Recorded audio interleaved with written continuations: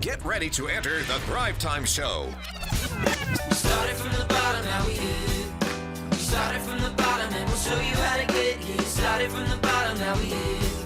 We started from the bottom, now we here. We started from the bottom, now we're on the top. Teaching you the systems to get what we got. Colin Dixon's on the hooks, I break down the books. Z's bringing some wisdom and the good looks. As the father of five, that's why I'm alive.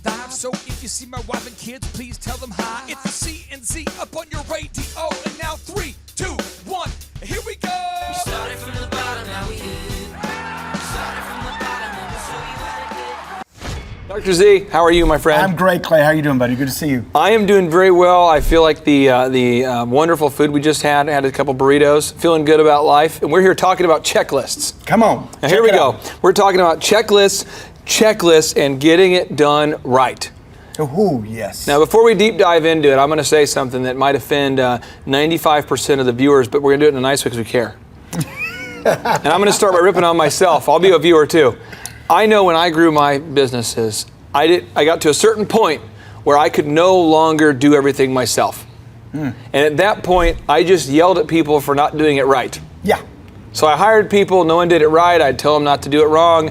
We would have these endless conversations, and as I've been consulting with companies all across the country, I've been astounded to realize that about 95% roughly, almost every business I work with, when they first bring me on, there's no checklists for anything.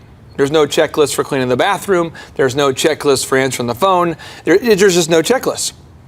So if there's a ton of people watching this right now who have no checklist, no written down systems, how important are checklists in your mind to growing a company?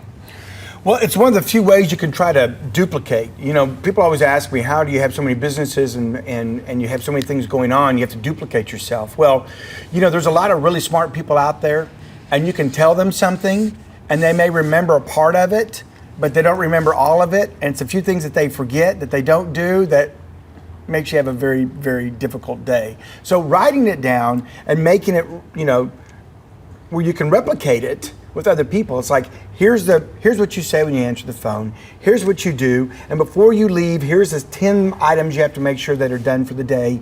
I mean, checklists are very important because what it does, it helps you replicate, and with turnover of staff, even you may go, oh yeah, here's the 10 things I went out, no, I think there's only 9. I can only remember 9, so just do these 9 things. Oh wait, the next employee, I know there's 8 I need you to really do before you leave for the day. And then pretty soon you've forgotten the stuff too, so you've got to. There's a lady I know who is a sports coach, and she has a business that's not in Tulsa, and I'm not to give away the location, but she's a lady who asked me to help her grow her business. She's a sports coach, she's a lady, right. And what she did is she grew her business from her coaching about 50 kids to now there's about 400 kids. All right. In every single meeting I went to, I mean literally every meeting, she was like, okay, why did you guys not clean the bathroom? And then the 4 or 5 trainers look around and they're like, oh, I thought she was gonna do it. I thought. And then after about 3 weeks of freaking out about that, then she says, you guys didn't do it right. And every week I would say, it's not written down who's supposed to do it, right, or what's supposed to be done. Right. And she's like, it's just common sense. So I want to deal with that comment right there. It's just common sense. What do you say to the entrepreneur on the other side of that camera who is watching this right now going, give me a break. I don't have to make a checklist for my front desk staff or for the end of the day or for the bathroom cleaning. It should be common sense. What do you say? It is common sense. It's common sense to you, and that's why you're the boss. That's why you're the entrepreneur. You know, we think differently, and those things to us just make sense. But for all the people that we surround ourselves, we'll call them employees. It's not common sense to them. And that's quite frankly why some of them are not the business owners, is because they don't get things like that. So you have to help them. You can tell them and tell them and tell them and tell them and tell them, or you can write it down and you can make it to where they can find what it is that they need to do. You can have a filing system, you can have some kind of organization to where it's written down and it spells it out, and guess what? Now if they don't do it, Now you have a different problem on your hand, and they just forgot about it, or it didn't make sense for them to do it that way. So let's talk about your businesses, because you're right. You do own basically what do you call it, a ranch, or what do you call where you raise your horses? What do you call it? A thoroughbred ranch. Yeah. A thoroughbred ranch. We have these competitive race horses. You have the optometry clinics. You have the sleep center. You have a lot of different businesses going on. Let's just jump real quick to the optometry clinic. Okay. What are not necessarily the specific items on the checklist, but what are the kinds of checklists that we could find at the optometry clinic? One would be for my doctors.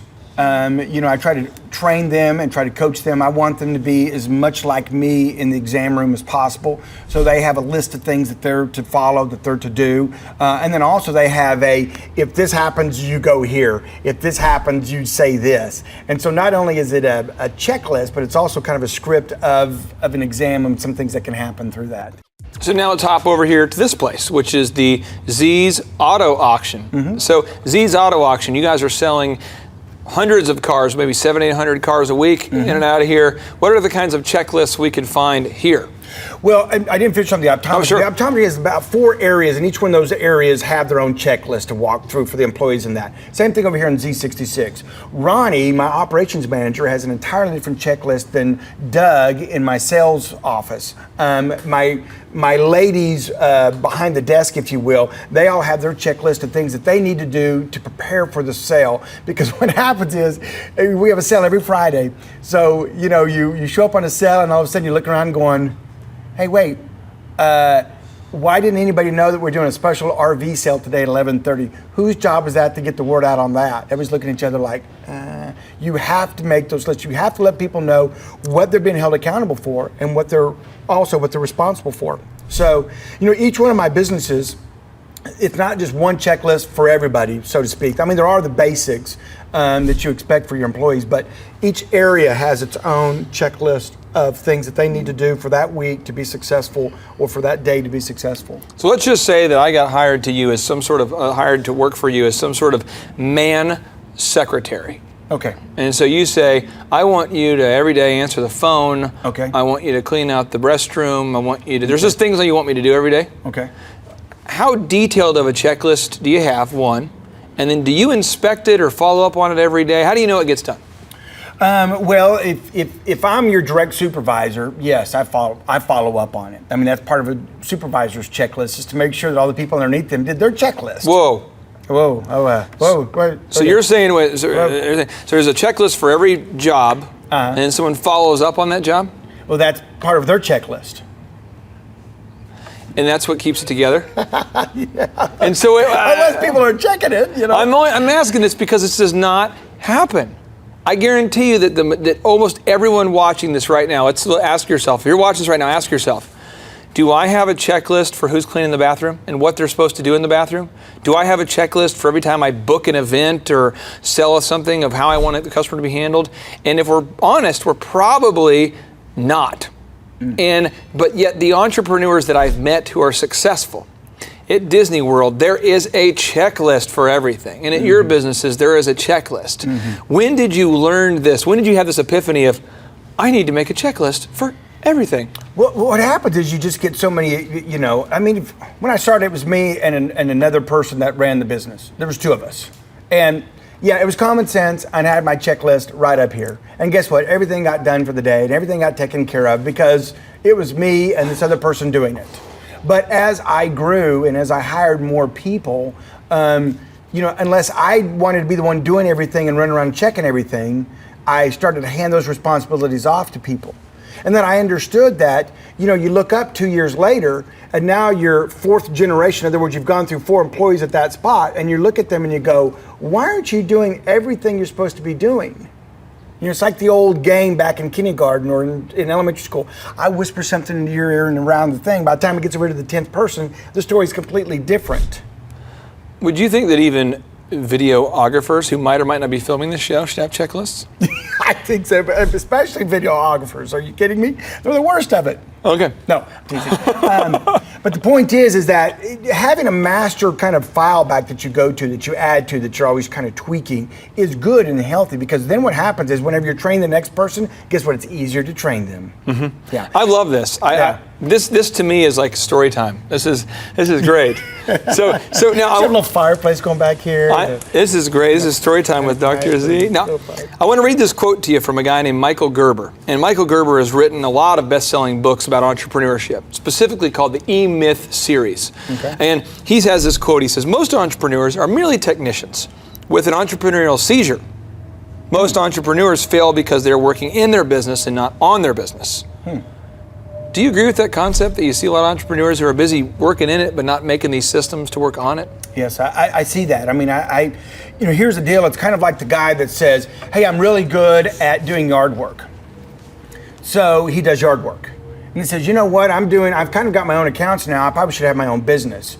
And he just keeps doing yard work, instead of stepping back and coming up with the logo and coming up with the marketing and coming up with the plan and hiring people and training them how to do it. And so you go from this, the business is just me out doing what I can do, versus really growing a business. You're working in it, not on it. And I see that a lot. Now, when you first started your eye clinics many moons ago, and you put in the checklist for the first time, was it possible that you made a checklist that didn't have everything on it, and then you had to improve upon it a little by? Oh, absolutely, still do. I mean, things are changing. I mean, we didn't know. I mean, for example, when I started in business back in 1991, I didn't have to put on the checklist anything about a cell phone. Things change.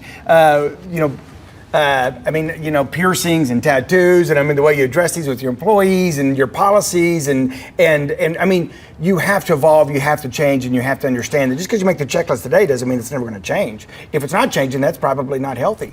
And that's one of the things I think a lot of people don't realize. When I had built the DJ business, we were doing 4,000 weddings a year at the time before I sold it, and I think a lot of people don't realize they would come into my office, friends, family, whatever, and they would go, do you really need a checklist that says check voicemail, respond to all emails, lock the door? Do you really need to micromanage? You hear that word micromanage? Do you really need to micromanage? They'd say, Clay, do you really need to micromanage your people like that?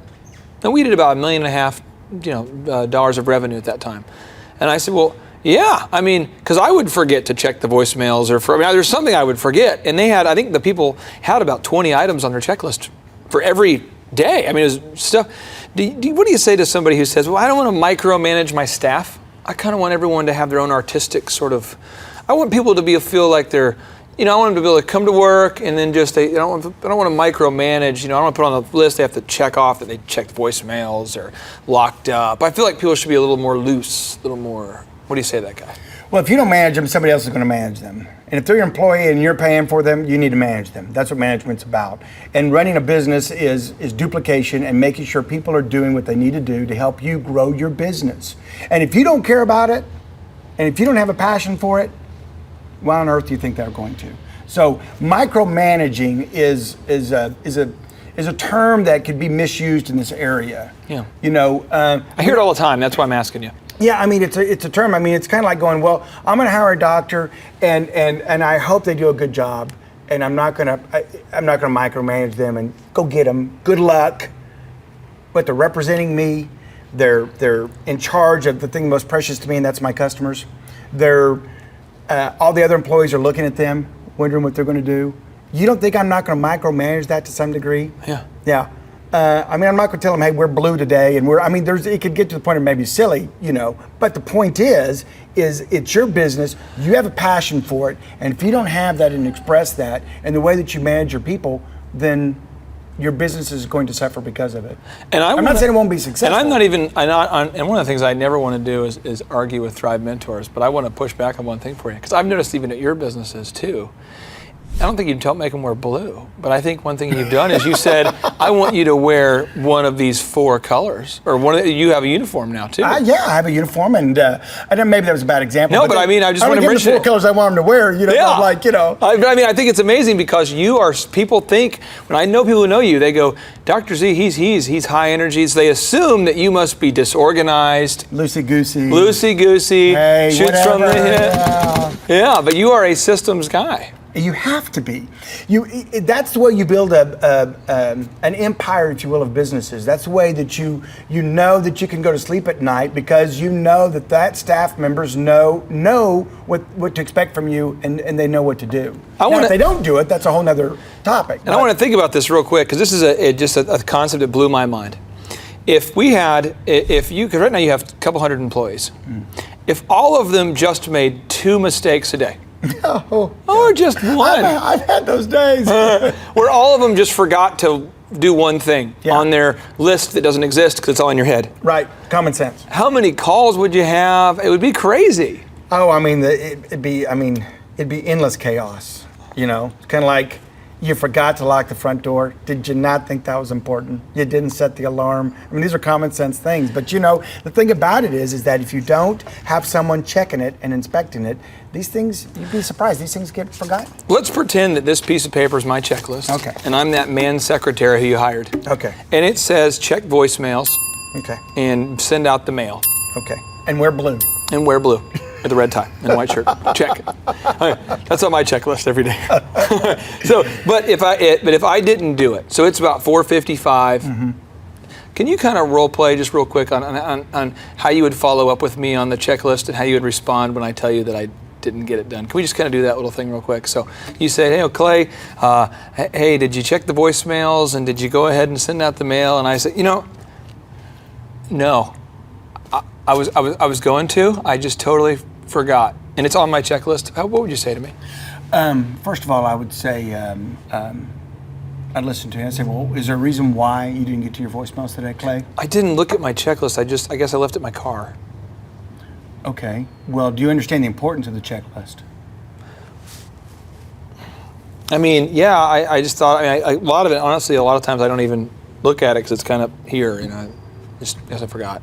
Well, I know, but that's why we have the checklist. See, if you have your checklist in an area that you see it and recognize it, and you know that before you end for the day, you've got to make sure everything is taken care of on this, because these are important things. I mean, we could have a voicemail on there, for example, of a very important deal, and if we don't respond to it in a timely fashion, we could maybe lose that deal. So everything on this list, I want to stress to you, is very, very, very, very important. Now, you've got to ask yourself a question. Are you going to take this job serious enough that you're going to address this checklist? Because I need to know that going forward, Clay.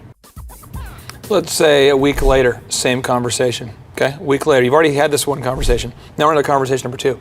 Okay. I'm sorry I left the checklist in my car. Well, Clay, I tell you what.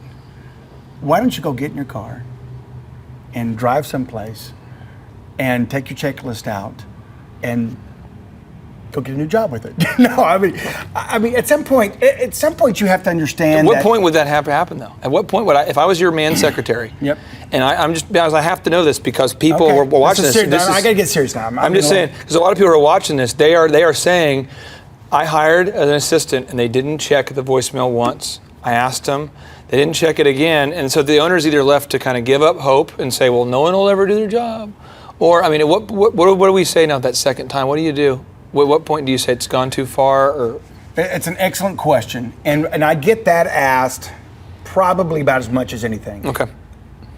And I look at everybody that asked me that question, and I said, you know what you're going to do? You're going to put up with that as long as you want to put up with that. So if I feel like it's too bad of an issue, I'll probably just, out of resourcefulness, find somebody else. Bingo. And for the business owner that never just draws a line in the sand and makes that move, they're just stuck with what they're stuck with. Yeah, I'm telling you what, I mean, obviously they have a high tolerance for being able to put up with it. They have a high tolerance for having an employee that doesn't do what they want them to do. There's a lot of people out there that put up with it. God bless them. I mean, it's kind of one of those things where, but then there's also a lot of people complaining about why their business isn't growing and why they aren't making more money and what's wrong with it. Mm-hmm. And I'm kind of going, maybe you've gotten too lackadaisical in the things that you're putting up with from your own employees. The people you are paying money and trying to employ to help you build your business. You know, so I mean, the thing about it is, if you did everything great and you forgot on your second time to check voicemails in the course of a day, I mean, yeah, you probably have a little bit of, grace or a little bit of, but if you had a lot of other things you weren't doing well either on the checklist, you had a lot of other things you weren't doing for me that I told you to do, then I would probably have less grace with you, and you would be replaced sooner. So in all your businesses, these active companies that you have, I mean, you're seeing thousands of customers a day. It sounds like there is a checklist for every position. Or if there's not, I mean, there's at least categories of positions, yes. I mean, yes. So, yes. Okay.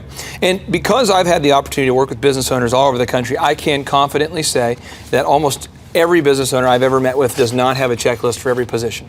And I would also confidently say that the number one reason that businesses are failing is not because of a bad idea or bad marketing but it usually has to do with poor execution, poor delivering on those things.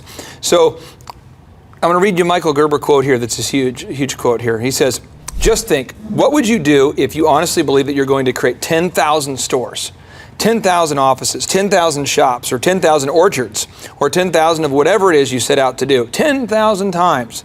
My goodness, where would you begin? And to me, it sounds like with checklists. Yeah. Well, you've got to build the first one. In order to build the first one, then you want to replicate it. In order to replicate it, then you have to have it in a box, and that box is the checklist. That box is the things that are reproducible, the things that I can sit down with an employee and say, here's what you're responsible for, here's what I want you to do, I've spelled it out for you, here's what you say when you answer the phone, here's what you say before you leave for the night, here's what you do. And if you're going to do that 10,000 times, you better get your handle wrapped around it. Otherwise, you're not going to remember what it is every time you open a store. If I am watching the website right now and I have 20 employees and I have no checklist at all, and I'm now going, okay, I know I need to do this. I'm doing it. I mean, man, bam, let's go. Do you recommend, I mean, you just say, hey, it's not going to be perfect, but just start from... Absolutely. Start with the big stuff, and you can kind of get it as detailed as you need to get it for. And always go back and kind of check that list every now and then. And when, especially when you're bringing in new employees, that's probably a really good time, because then you pull all those out, so to speak, and you're going through them and you're freshening them up and you're looking at them and you're saying, okay, that has no relevance now, I'll take that off the list. Or actually that is now some other department is doing that, so that's off of your list. So you're always constantly doing it, but you've got to start somewhere. And it probably sounds like almost minutia to harp on this, but I want to give some real examples so the people watching this can really get it. At your auto auction here, you have a restroom. I've been here 4 times. I've been here 4 times, and each time I've come here, the restrooms are clean. Yes. This is not the case in most restrooms across America. Yeah. And so with the checklist, how does that work? Do I turn it into my manager every day if I'm the person who cleans the bathroom? I clean the bathroom, I turn it into my manager every day? Or how do you do that? So because it's always clean here, and I'm going, either this guy's a guru of cleaning bathrooms, or, I mean, what is your system there? How do you use the checklist for these things? Well, I have a lady that's in charge. I have on sale day, we have busier days here than others. Yeah. And so on the actual sale day, she checks it on a more frequent basis. But other than that, it's a couple, 3 times a day that they go in and actually physically do a physical inspection of the bathroom to make sure that, that all the toiletries, that all the soaps, all that's full, that the floor is actually clean. Just check it off. Check it Soap, off. Boom. So, toilet paper, boom. Make sure the backup, boom. Also to make sure that the actual, the things are, I don't want to get too much detail, Yeah, but make sure that the physical areas are actually clean, flushed, clean, wiped down, sanitized, floor cleaned, walls, trash emptied. There's maybe 10, 12 things. Now you say, who double checks that? Well, she has a supervisor, she has an office manager that then will on spot check or randomly check. And then on sale day, when we have a lot of people here and it's much busier, and that goes to, instead of 2 or 3 times a day, that goes to every 30 minutes. Now, an hour. Colin Powell talks about the importance of holding people accountable. And essentially, when Colin Powell served in our military, he had somebody who held him accountable. And he talks about how basically if you don't piss somebody off by noon, you're probably not holding people accountable. That's could be. I mean, there's a little bit though of there's an inherent, just a little bit of, not necessarily, you don't have to be mean about it, but there's a little bit of accountability and a little bit of confrontation just embedded in the fact that you're going to be relentless about following up about your bathroom being cleaned every day, right? I mean, there's a little bit of... There is, it's kind of built in, but that's why management is not, if it was easy to be a manager, we'd all do it, And the thing about it is getting people to do things that they don't necessarily want to do or do well is a challenge sometimes. And people, as a general rule of thumb, their work ethics need to be improved upon. I guess is probably a good way to put that.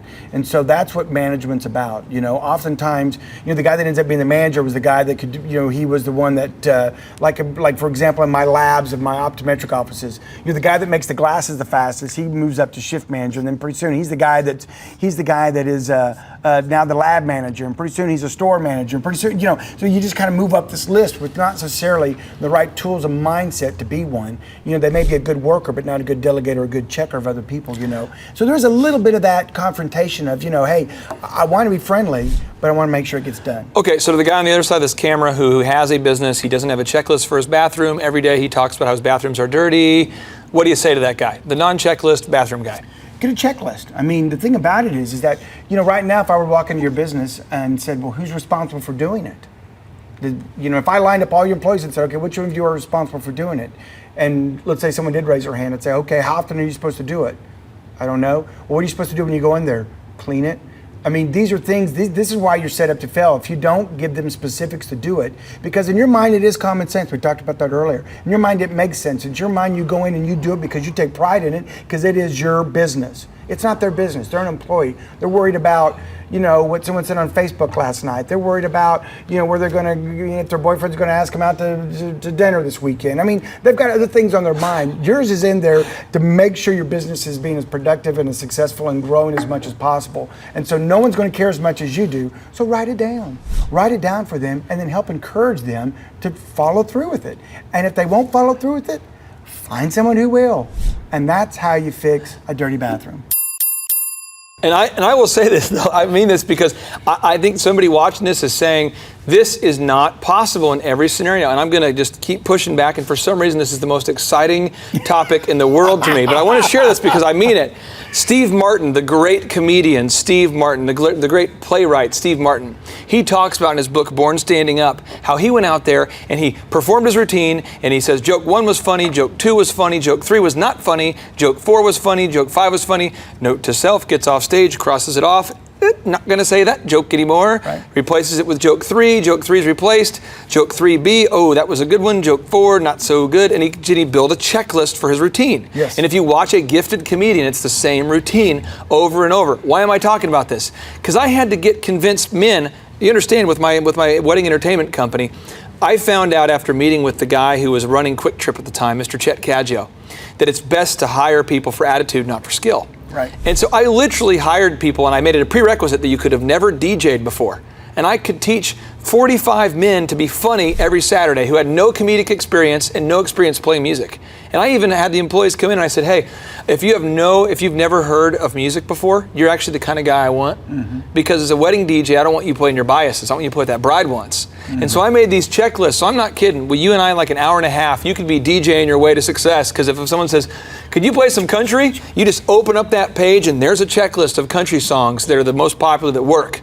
And what announcement to say, literally the words to say were right there by. And it became so funny and so freeing when you could teach people to be funny. Yeah. When you could actually teach, I used to think you can't teach people to be funny. Oh, but you can. Oh, but you can. Now we're going to hop in here, we'll get a little deep. The Harvard Business School, where they did not let me into that school. I could not get Shocking. in. I don't know. So Harvard Business School, there's a book written by Heskett, Sasser, and I want to say it's Schlesinger, but this book was introduced to me by a guy named Doug Fears, who used to be the CFO of a big oil and gas company. And here's the quote from the book, The Service Profit Chain. Being nice to people is just 20% of providing good customer service. The important thing is designing systems that allow you to do the job right the first time. All the smiles in the world aren't going to help if your product or service is not what the customer wants. Amen. So now I want to know, who inspects the checklists in your businesses? Is it somebody who's committed to being the best friend of every employee? Is it the person who is committed to never having a confrontation? Is it the likes to fight guy? Or is it somebody who cares about people, but they're kind of, tell me what personality you put on top of this checklist to hold people accountable. What kind of personality do you want there? Well, I mean, you want your, and it's really the manager, the supervisors. Depends on the different level of the checklist. But your supervisor and your manager is a little bit of a mixture of all that. You know, I mean, it's a challenging thing to work next to someone all day and to kind of work with them, to be somewhat of a coworker, yet also be their boss, and then also be in charge of. On your checklist is to check their checklist, so to speak. But you have to have somebody on there that's not afraid to get in there and to do what they need to do, because that's on their checklist. And you want someone that's, nice, but you also want someone that's thorough. You want someone that's attention to detail, and you want someone that's going to be your advocate. You want someone that's going to be your bulldog, if you will. You're going to want someone that's going to be your policeman. I mean, being a police officer has got to be a difficult job. Yeah. But you need them, and you need that mindset of, listen, I can be kind, I can be nice, but I'm going to be thorough and I'm going to be firm, and this is how we're going to get it done. I think the police example is perfect, because I got pulled over the other day. I don't have any moving violations for a few years now. Yeah. I didn't get one. Usually 'cause I'm in my suit and they think I'm a good guy. Yeah. And I'm nice to them. And you smile. And that's 20% of it, right? And I get pulled over though, and the officer, and I respect him. And again, I'm glad he does this, and I totally get it. Yeah. But his least priority is to care whether I like him.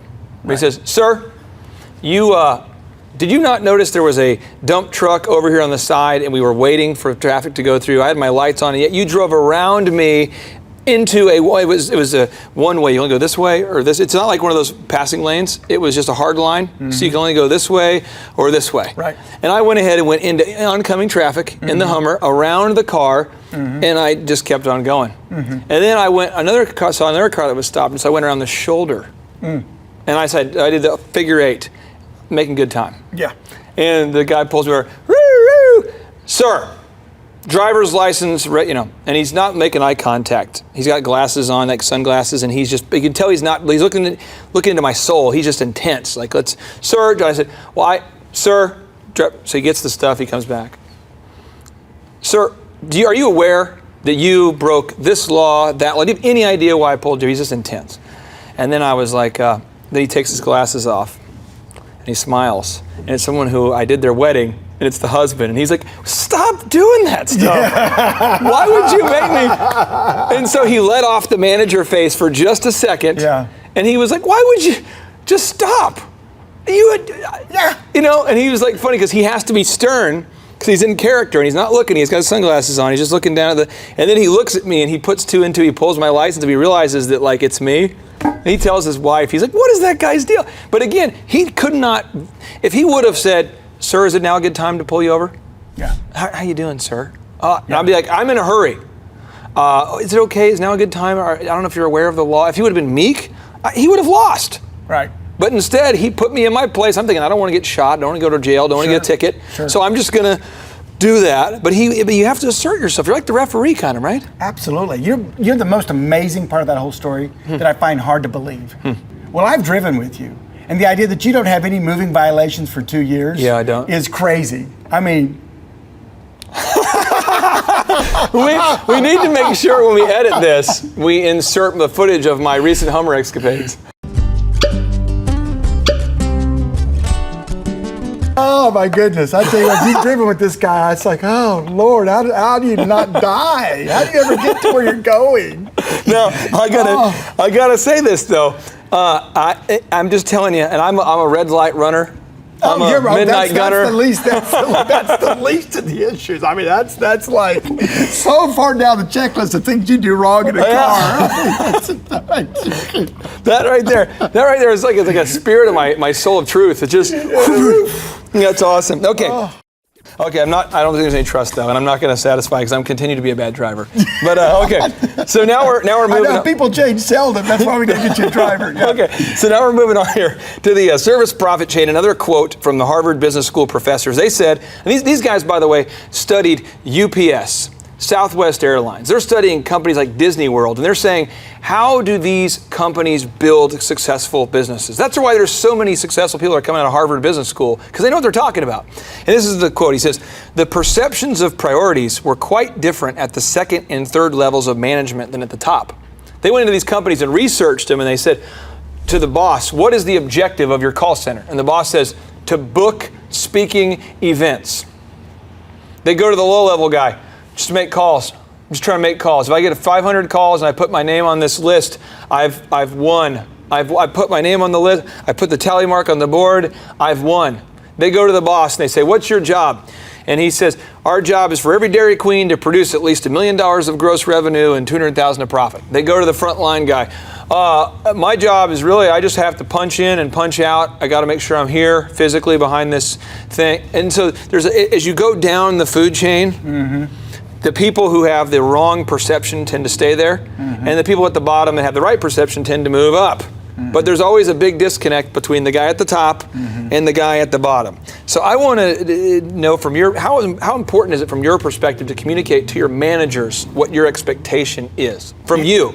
It's almost a daily grind. It's almost a daily occurrence, if not weekly. I mean, I say daily. You know, I mean, the thing about it is you can't overload them with everything, but I think every time you're talking to them, you're always highlighting, you're always talking about, you know, you're trying to put your DNA into them.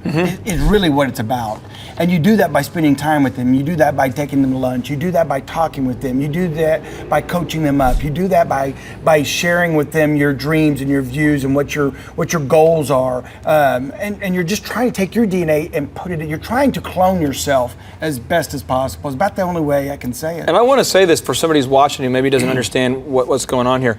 What Dr. Z is saying is, you know, people change seldom in terms of their character traits, but somebody who's coachable is coachable. Right. And so if you're coachable, you can impart your DNA. So example, we had a young man who came to work for me years ago who had no discernible skills. But he said, "What can I do better?" I remember that. What can I do better? And you just don't hear it. Yeah.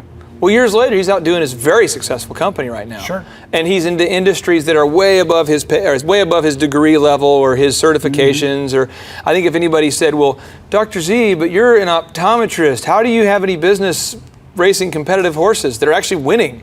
How do you run it? I mean, how are you qualified, Dr. Z, to go out and run an auto auction? I mean, what is your pedigree?" But if you're coachable, you're coachable. Right. And so you're looking for that coachable person. Absolutely. And then imparting your DNA. Yeah, and that's really what it's about. I mean, you're trying to impart your vision, your dream, your passion into that person, and you can't do it completely, but you try to do it as best as possible. And that is that replication, that is that duplication, that is that if I'm not there today, I know that they are doing things the way I would do it. One of the questions that gets people come to me, you know, my manager team comes to me with the problem and say, "Dr. Z, we have this problem," and they outline the problem. And when they're done, I look at them and I go, that is a problem. Now, what would I do to fix that? And they look at me and I go, "Well, you probably do X, Y, Z." And I go, "You're right. Now do X, Y, Z." And they're like, "Okay, cool." Now I want to ask you this. Do you then write down on your list somewhere what those people are supposed to do so you can follow up with them later? Or how do you keep track of it with all the different companies you have? Well, if it's a big thing like that, I mean, I don't typically write that down, but I do follow up on it. I mean, it's just part of my, you know, I have my checklist. It's a mental checklist that I go through. I mean, it's part of my, you know, people say, "What do you do every day?" And I go, "Whatever needs to be done for that day." And that's a lot of it. And the other thing too is that, you know, coaching people up like that and then having them do that and then following up with them on that is kind of my, you know, my comment, my stuff. That's my job, and that's what I do. So every now and then I will write it down just to jog, because if it's a long-term thing, it's going to take a month for that to happen. It's going to take a whatever to happen. On my big calendar on my desk, I'll to circle back around to it. But as a general rule of thumb, I mean, those are the things that I do on a daily basis. I am absolutely obsessed with this next quote from the service profit chain, to the point where if I was a tattoo guy, I'm not. But if I was, this is probably the tattoo that I would go ahead and get on my arm. You know why I don't have a tattoo? Why's that? I mean, would you put a bumper sticker on a Ferrari? Oh, that's true. Okay. Boom. Boom. That Okay. just happened. But if you did put a bumper sticker on, we hope that's a good one. When you're committed to. Better be, yeah. Okay. So let me read this to you real quick. It says, the service profit chain quote: "In God we trust. For all others bring data."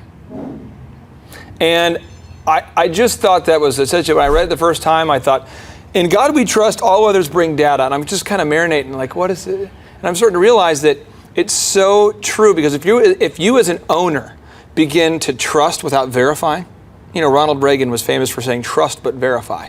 If we ever just blindly trust, and I talked to a gentleman the other day, and I said, hey, when you're making calls for our company, we'll just, Thrive, what we do, and someone subscribes, we want to make sure we're taking care of you. That's just it. So somebody called in and had some question, and I knew about it, and it was a big client. I said, did you call? Oh, I forgot. We'll call them. And don't forget, write things down. And but if I would have just assumed that they would have done it, the whole line, you would make an ass out of you and me, you assume. But do you believe that, though? In God we trust, and for everybody else, bring data or bring some sort of proof that you did it? Absolutely. I think that's, and here again, you're just holding people accountable for it. I think that, you want to make it, you want to, and then you want to celebrate it. You want to say, hey, great job, good job. I think that is one of the things in managing a lot of people that they have to come to learn to expect.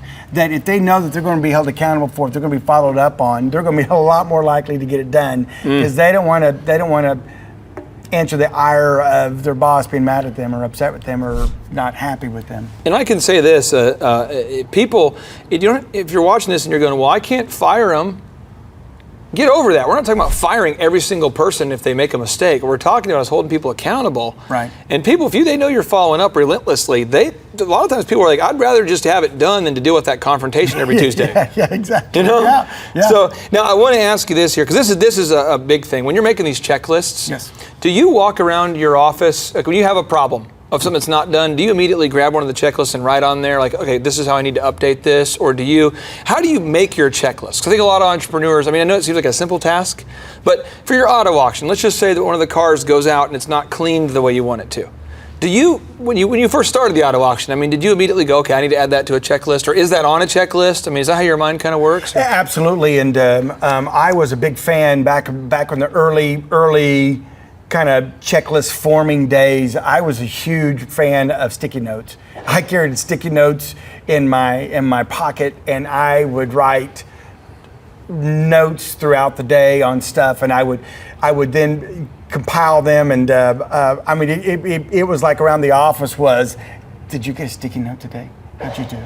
Were you sticky note free today?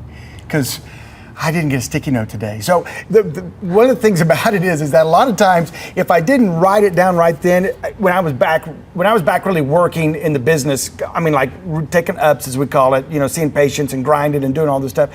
If I thought, oh yeah, I need to remember to talk to them about the checklist on the emptying the trash, and they used to have this little thing where they'd take a cotton ball and take alcohol and wipe off the machine, and then they'd throw it, and it would oftentimes hit the wall and stick to the wall, and I'd go in the trash and just look like a snowball, like a snowman ran against the wall and just smashed himself, So things like that, it sounds silly, but I'd be sitting there looking at that going, what is that? Put up my sticky note and make myself a note, because then at the end of the day, I could add that to a checklist. I could talk to someone about it. I could say, hey, because if I didn't, you see 10 things a day, it's hard to remember all of it when you're in the heat of the battle. I just think it's so important because I'm just, if you think about going to Disney World, think about the choreography. Let's just go there mentally for a second. When you go into Disney World, the pathways are clean.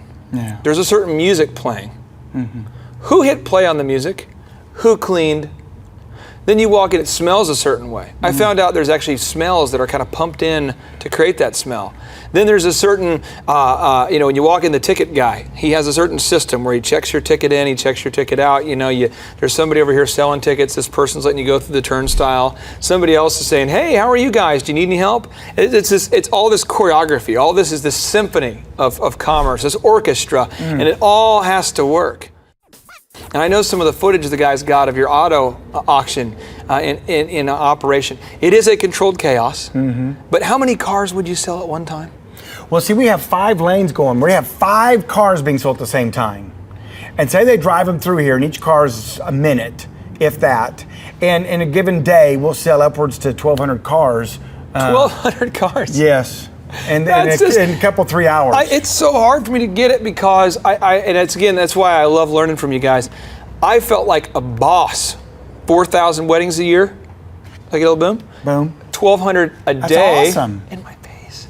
It's unbelievable. No, it's in like 3 weeks, this guy's selling more cars than I'm selling. And you know, the thing is, I always want to say this because no matter how awesome we think we are, we can always learn to thrive and play better. We can always learn to improve our skill. I think it's huge. Now I want to ask you this. Now we're getting into the money. One of our companies, and I say one of them, all of our companies have cameras. Just so I always tell people, smile, you're on camera, just so people don't feel the need to steal things. Right. And in one of the businesses that I'm involved in, I'm very passive in these companies where I help do the marketing and help them get them top in Google, and then I kind of step aside.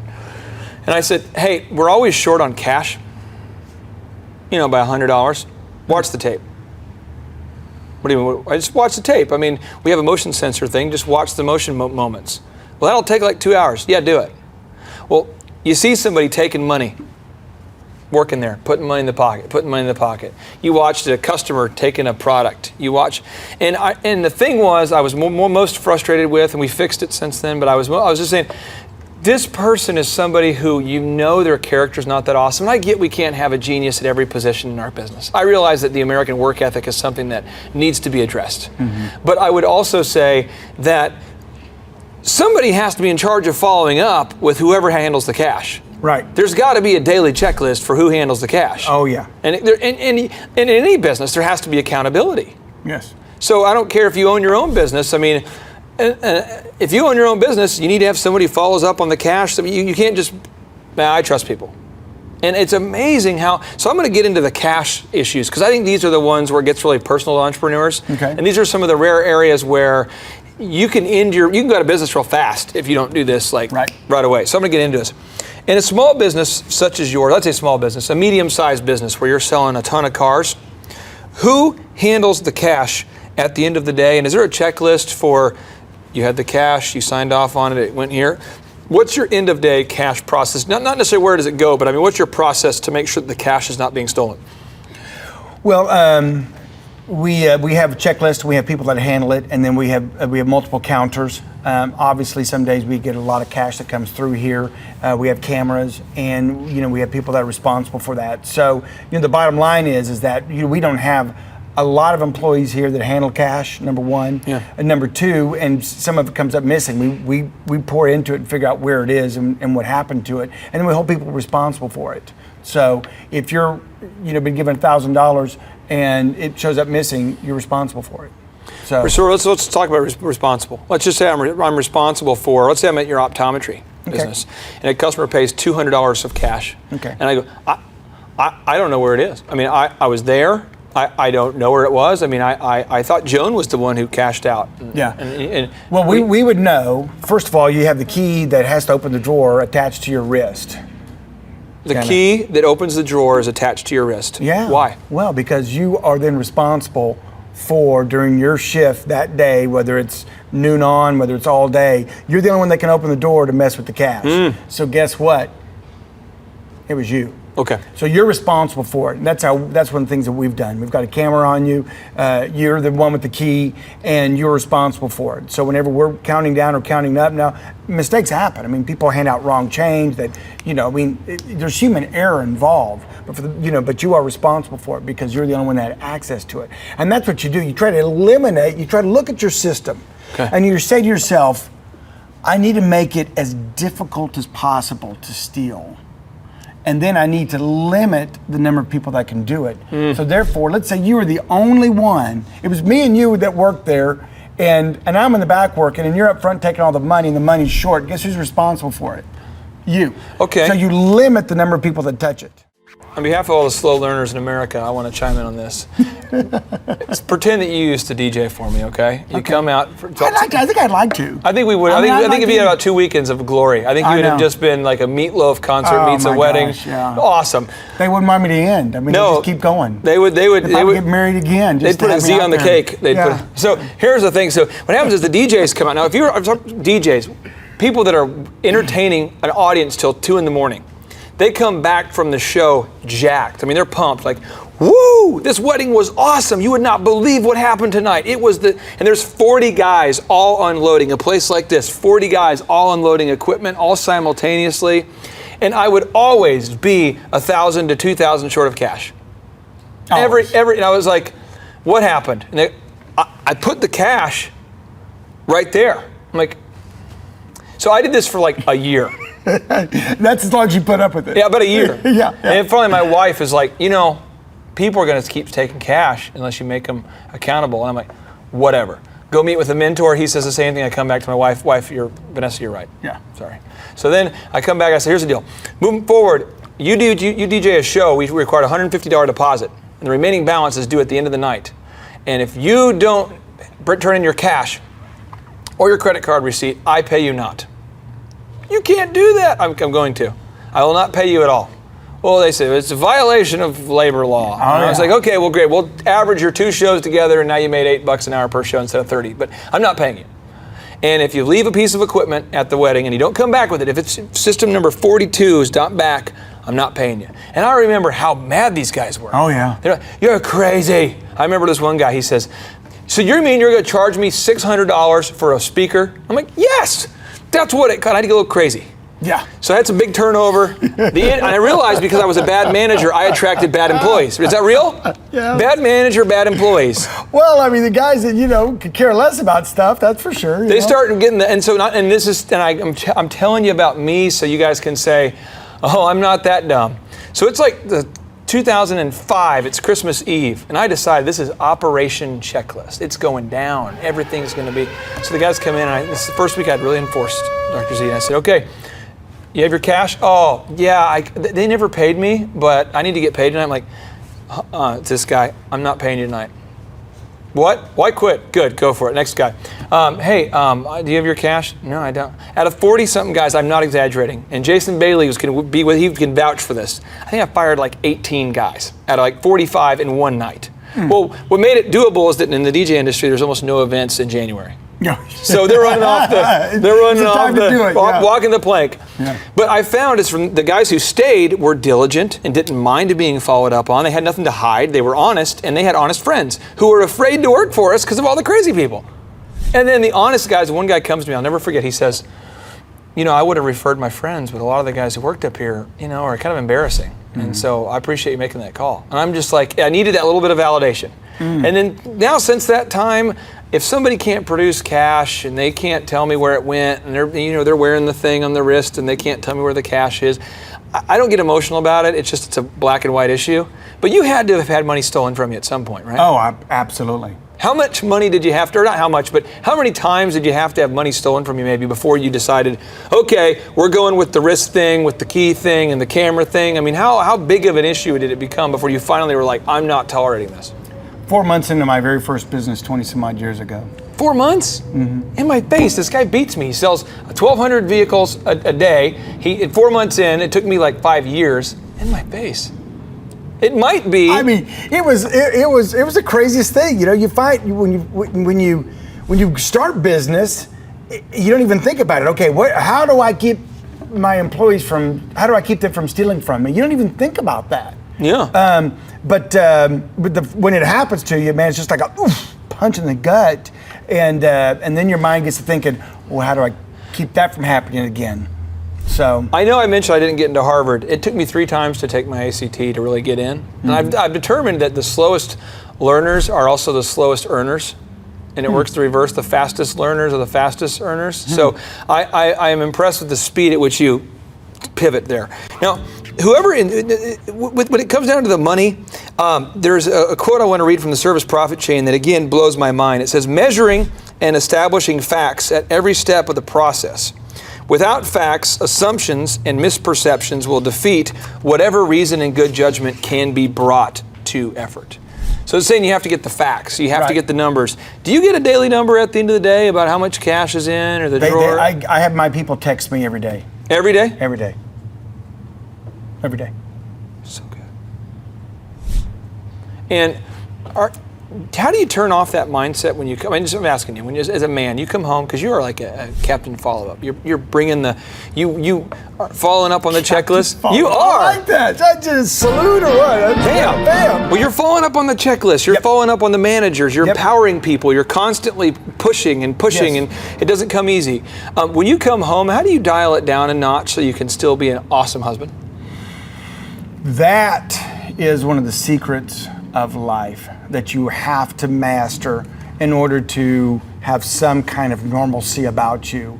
And I know this is going to sound silly and cheesy, but I got to hear it. It's the truth. It's one of my top 10 things of how to be successful in business. Back in the early days, I brought this in, and I incorporated this every day into my life. And what would happen is that I would be in front of the exam door, getting ready to go and see the patient.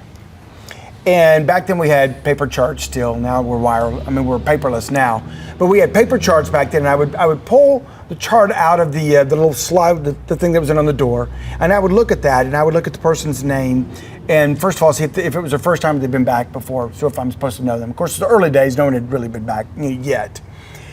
And I would take a deep breath, I would clear my mind as best as I could, and I would say something to myself. I would say, it's showtime. Really? I would. And I did it. And that was on my checklist to do every time I'd see a patient. That was one of my things. It's showtime. I'd take a deep breath. I'd say, okay, showtime. And I'd open that door and I'd walk in that room and I would pretend like, I would act like, I would feel like that was the only person in the world. And it was definitely the one person that mattered the most to me. And the fact that my car has a flat out front, the fact that my wife's taking my kid to the emergency room just fell and bumped his head or something, or whatever it was out there that I could have been more concerned about, wondering if that girl's out there stealing money from me right now. Whatever it was, I had to clear that, and I had to do what was the important thing to do at that moment. And that follows through. So when I go home, I take that deep breath, and I try to unwind out of everything and open that door and try to be the nicest, best husband, coolest father, and enjoy the moment and understand that is the most important thing in my life right then. Lee Cockrell, the guy who ran Walt Disney World, said this to kind of, it goes along with what you said. He said, you always want to be where you are. Yeah. And again, sometimes when Yoda speaks, I don't get it right away. I'm just kind of marinating, but that's powerful. The idea that when you're with your kids, you're with your kids. Right. When you're at work, you're at work. It's showtime when you're at work. It's showtime when you're at home. Yeah. I love it. It's hard to do. Can't say that both of us do it all the time, but I can say that the most successful people I know do showtime more often than anybody else. They are where they're supposed to be. Yeah. And I think that's powerful. And so it kind of, in wrapping this segment up about checklists and getting it right the first time, I want to encourage you, if you are watching this and you feel like that you're just missing the mark consistently, it's probably because your checklists are a little bit off, or you don't have checklists, or finally, the big one is you might not be following up. And I encourage us that we all need to do that. And I appreciate you being here, because I consider you kind of like a czar of follow-up. You're kind of an American honey badger, but you're a kind person. I appreciate you, sir. Thank you. Appreciate you, Clay. All right, JT, so hypothetically, in your mind, what is the purpose of having a business? To get you to your goals. So it's a vehicle to get you to your destination. Whoa. And would you need profits to get there? I mean, is when you have a business that's successful, in your mind, in your expert opinion, would you need profits to get you to your goals? Yeah, because if you have a $15 million business, but you have $15 million of expenses, it's kind of pointless. Holy crap! All right, so the question I would have here for you, if you could take 10 minutes or less and see if you could save $3,000 a year by reducing your credit card fees, would you do it? Yes, absolutely. Holy crap! Why would somebody out there who's listening right now who has a sane mind, why would they not go to thrivetimeshow.com/credit-card, thrivetimeshow.com/credit-card to schedule a 10-minute consultation to see if they can reduce their credit card fees by at least $3,000 a year. Why would they not do it? Yeah, why would they not do it? Maybe because they didn't understand how you said the website. This tree is a symbol of the spirit of the Griswold family Christmas. No, that's clear. Okay, so that could be true. So I would encourage everybody to check out thrivetimeshow.com/credit-card, thrivetimeshow.com/credit-card. What would be another reason why someone would not be willing to take 10 minutes to compare rates to see if they could save $3,000 or more on credit card fees? Maybe they think it is a waste of time and that it won't It's not possible. There's somebody out there that's making more than $3,000 every 10 minutes, and they're like, nah, that's not worth my time. We getting there, right money. We getting there, right money. There's probably someone out there Okay. that would think that. Well, I'll just tell you, folks, if you're out there today and you're making less than $3,000 per 10 minutes, I would highly recommend that you go to thrivetimeshow.com/credit-card because you can compare rates, you can save money. And, the big goal, in my opinion, of building a business is to create time freedom and financial freedom. And in order to do that, you have to maximize your profits. Holy crap. Now, one way to maximize your profits is to increase your revenue. Another way to do it is to decrease your expenses. It's a profit deal. It takes the pressure off. JT, is there any other reason why somebody would not be willing to take 10 minutes to compare rates to see if they could save a total of $3,000 a year on average? I am at a loss, and I cannot think of any other. Shampoo is better. I go on first and clean the hair. Conditioner is better. I leave the hair silky and smooth. Oh, really, fool? Really? Stop looking at me, Swan. Well, let me tell you a good story here real quick here. I actually, years ago, compared rates with this company here called IPS. It's Integrated Payment Services. And I scheduled a consultation. I don't know that I was skeptical. I just thought, whatever, I'll take 10 minutes. I'll compare rates. I can't tell. You can tell me I'm a doctor. No, I mean, I'm just not sure. But can't you take a guess? Well, not for another 2 hours. You can't take a guess for another 2 hours? And in my case, my particular case, I save over $20,000 a year. Holy crap. Wow. Which is, like groceries when my wife goes to the organic stores. Find everything you need today? Yeah. Great. Okay. Oh, God. No. Everything okay, ma'am? It's just that you've only scanned a few items and it's already $60. I'm so scared. Okay, I'm a trained professional, ma'am. I've scanned a lot of groceries. I need you to stay with me. It's just that my in-laws are in town and they want a charcuterie board. Well, this isn't gonna be easy, so I need you to be brave, all right? What's your name? Patricia. Trisha, all right. I need you to take a deep breath. We're about to do the cheese. That's the difference between eating organic and not organic. So because my wife eats organic, I had to take the 10 minutes needed to compare rates to save the $20,000 a year on credit card fees just for one of my companies. One question. What's the brand name of the clock? The brand name of the clock, Rod. Do we have name of the clock? It's an elegant from Ridgeway. It's from Ridgeway. Let's Buy the clock. and sell the fireplace. So I encourage everybody out there, go to thrivetimeshow.com/credit-card. You schedule a free consultation, request information. A member of our team will call you. They'll schedule a free consultation. It should take you 10 minutes or less. And then they're going to compare rates and see if they can't save you more than $3,000 a year off of your credit card processing. You were hoping what? I wouldn't owe you money at the end of the No, day. you don't owe us money. Because at the end of the day, the goal of a business is to create time freedom and financial freedom. And in order to do that, you need to create additional profits.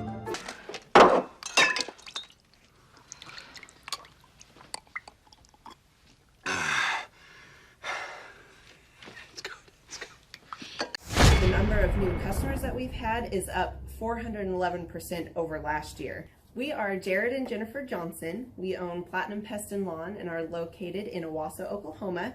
And we have been working with Thrive for business coaching for almost a year now. Yeah. So what we want to do is we want to share some wins with you guys that we've had by working with Thrive.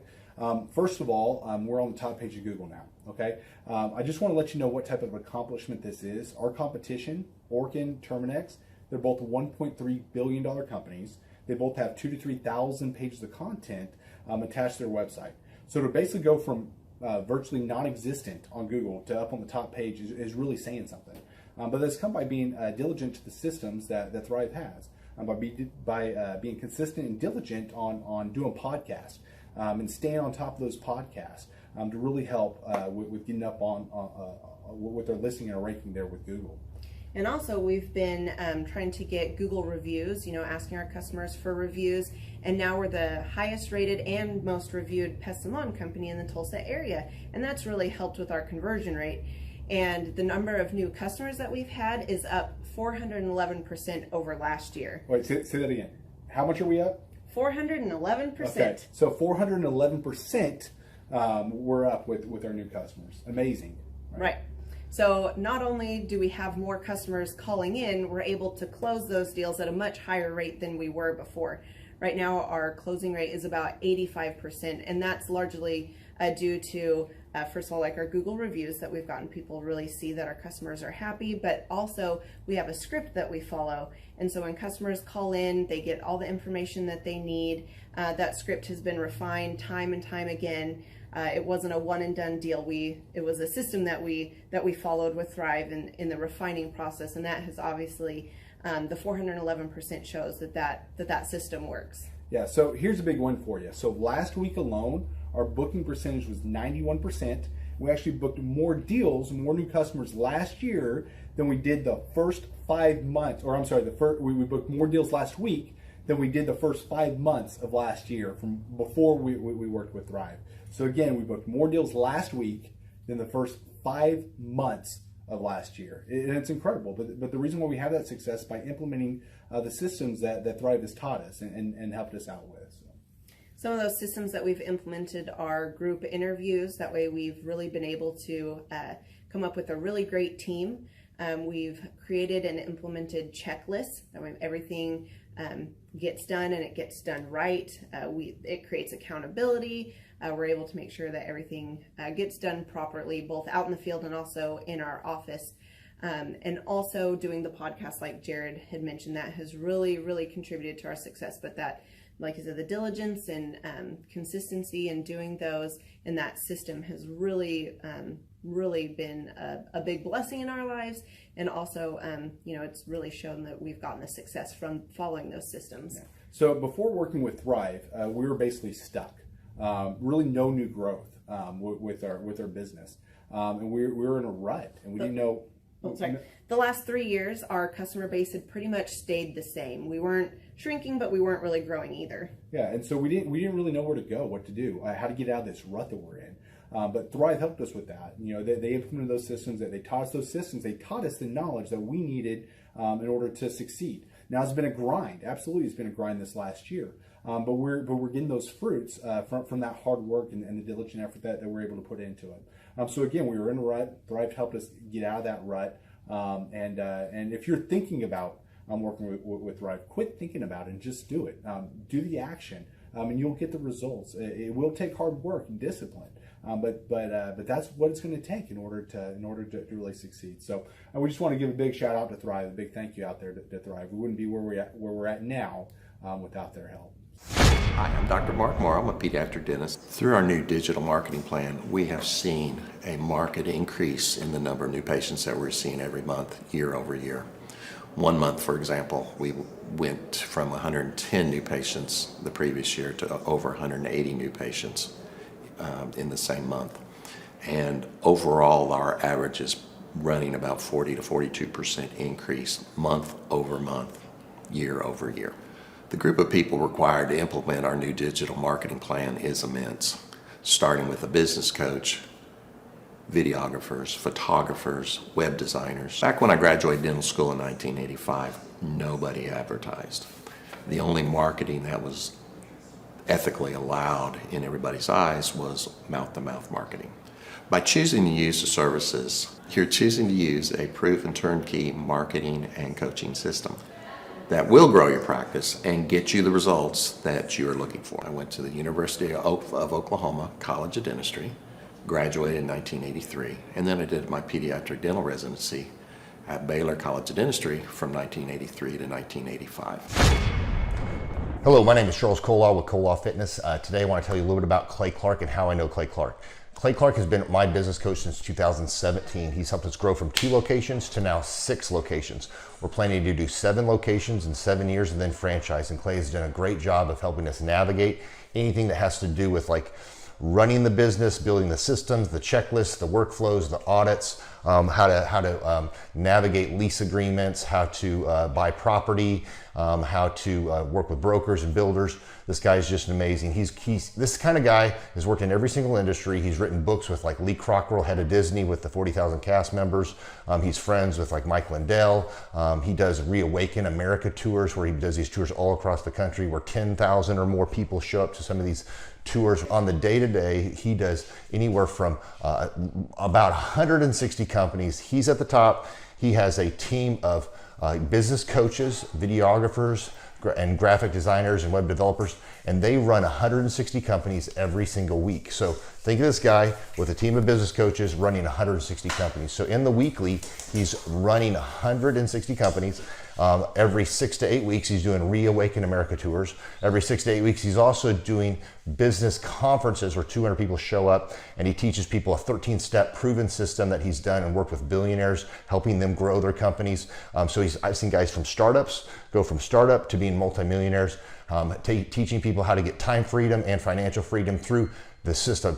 Critical thinking, document creation, putting it into organizing everything in their head to building into a franchisable, scalable business. Like one of his businesses has like 500 franchises. That's just one of the companies or brands that he works with. So amazing guy. Elon Musk, kind of like smart guy.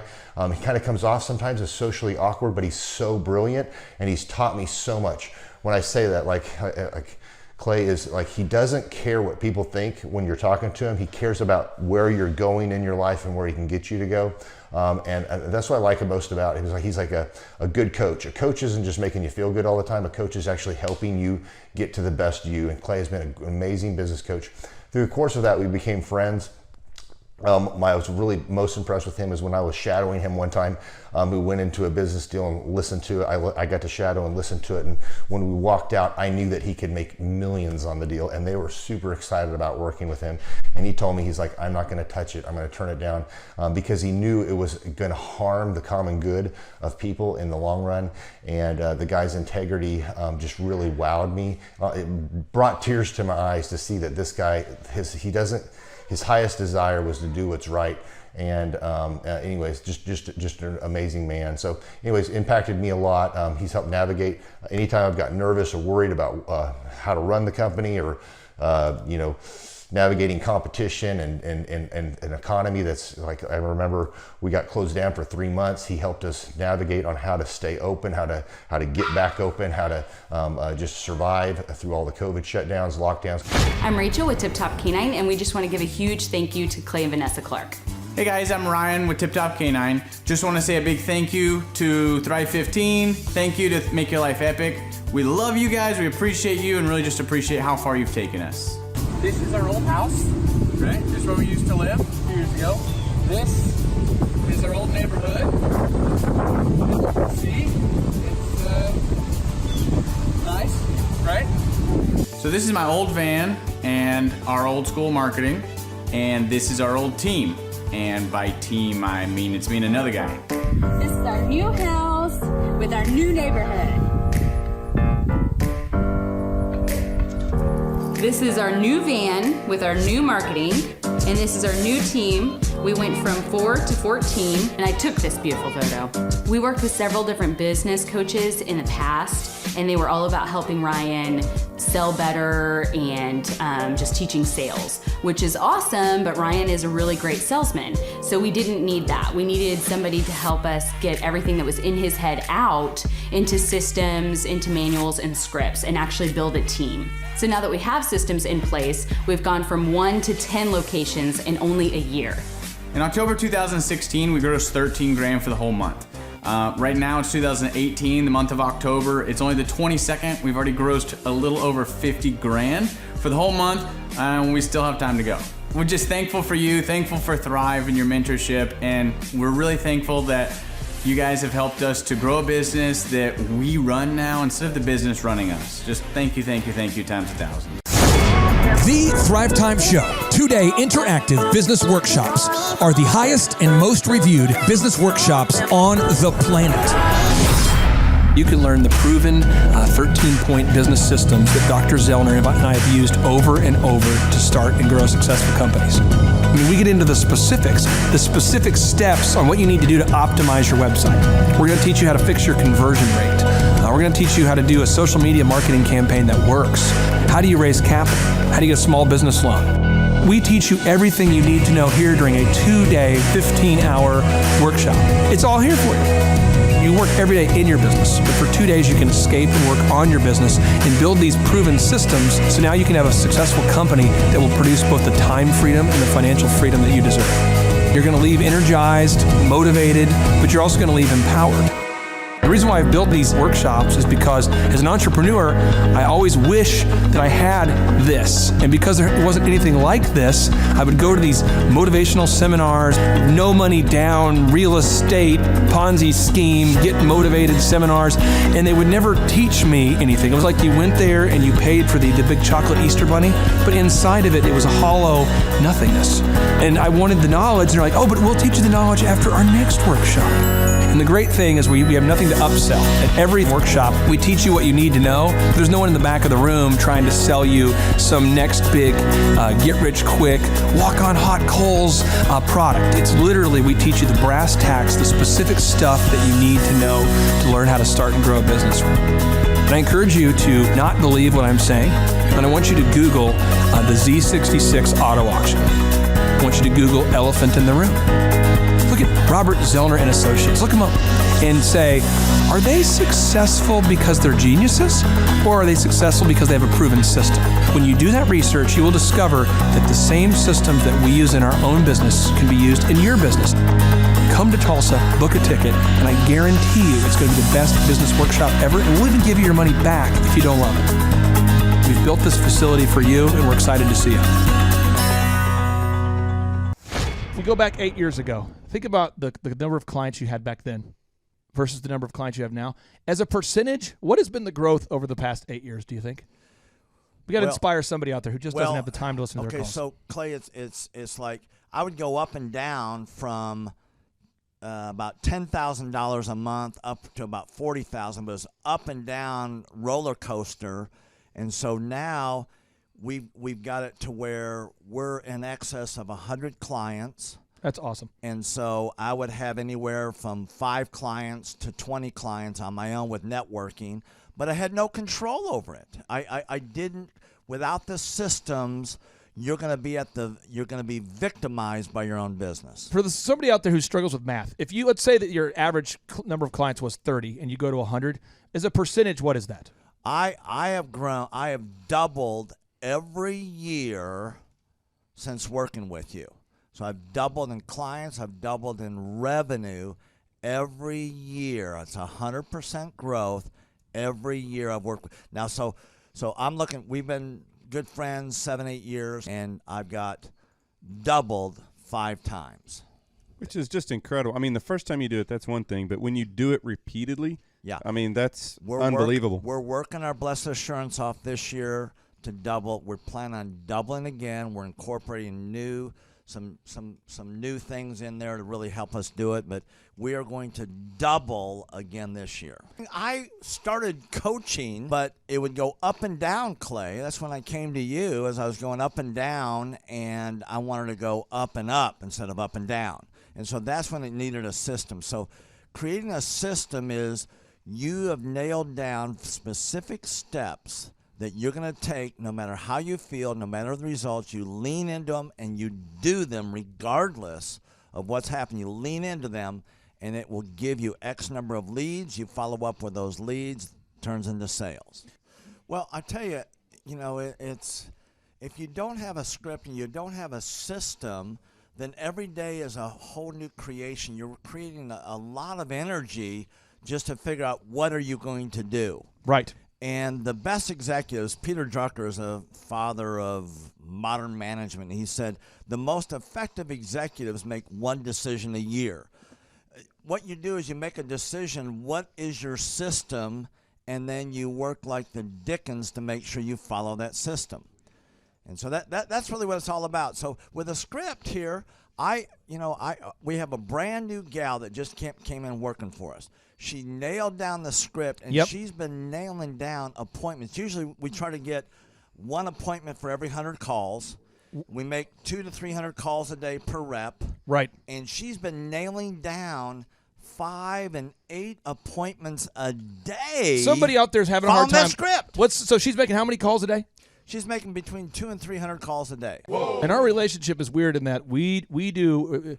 If someone were to buy an Apple computer today, and or let's say about a personal computer, a PC, the computer is made by, let's say, Dell, but then the software in the computer would be Microsoft, let's say, or Adobe or whatever that is.